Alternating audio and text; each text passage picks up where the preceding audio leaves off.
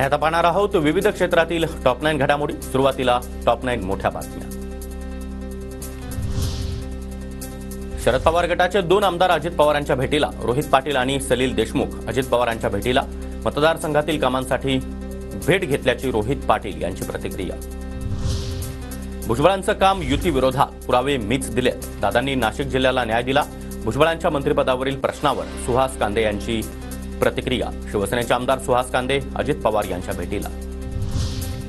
इतरांच्या देवतांची हेटाळणी नको, मिळून मिसळून राहू, हिंदूंच्या श्रद्धेतून राम मंदिराची निर्मिती हे योग्यच, मात्र मंदिर उभारणं म्हणजे हिंदूंमध्ये नेता होता येतं असं नाही, मोहन भागवत यांचं वक्तव्य।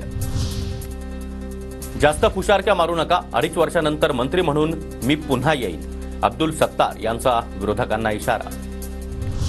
संतोष देशमुख हत्या प्रकरणावर मुख्यमंत्री देवेंद्र फडणवीस विधानसभेमध्ये उत्तर देणार, पक्षपात न करता वसुलीबाजांवर कठोर कारवाई करणार, फडणवीसांचा इशारा।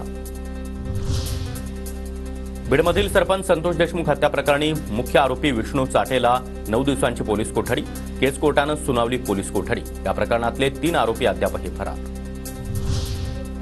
मारहाणीमुळे अतिरक्तस्राव शॉकमध्ये गेल्यानं संतोष देशमुख यांचा मृत्यू। देशमुखांचे छाती, हातपाय, चेहरा आणि डोक्यावर जबर मारहाण, पोस्टमॉर्टम रिपोर्टमध्ये समोर।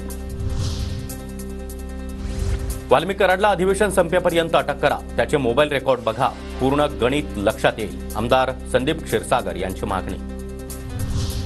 बीडमधील घटनेवरून सरकार गंभीर, आमदार सुरेश धस यांची प्रतिक्रिया। कुणालाही सोडणार नाही असं मुख्यमंत्र्यांनी आधीच म्हटलंय। बीडमध्ये 1300 बंदूक परवाने कुणाच्या पालकमंत्री पदाच्या काळात दिले गेले, असाही धस यांचा सवाल।